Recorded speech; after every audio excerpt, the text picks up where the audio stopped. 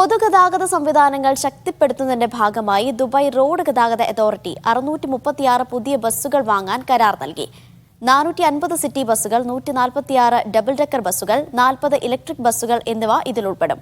ഈ വർഷവും അടുത്ത വർഷവുമായി ബസ്സുകൾ നിരത്തിലെത്തും.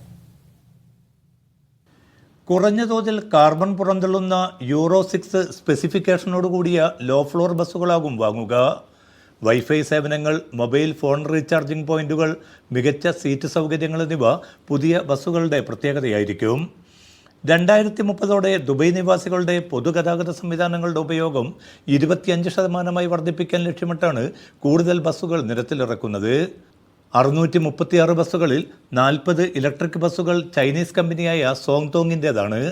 450 സിറ്റി ബസ്സുകളിൽ നിന്ന് 400 എണ്ണം ജർമ്മൻ വാഹന ഭീമന്മാരായ ഫോക്സ്വാഗണിൻ്റെ സബ്സിഡിയറി കമ്പനിയായ മാൻ എന്ന ബ്രാൻഡിൻ്റേതും 50 എണ്ണം സോങ്തോങ്ങിൻ്റേതുമാണ്. 146 ഡബിൾ ഡെക്കർ ബസ്സുകളിൽ 76 എണ്ണം വോൾവോയും 70 എണ്ണം ഇസൂസുവിൻ്റേതുമാണ്. കൂടുതൽ യാത്രക്കാരെ ഉൾക്കൊള്ളാനും ഈ ബസ്സുകൾക്ക് സാധിക്കും. Media 1 Dubai.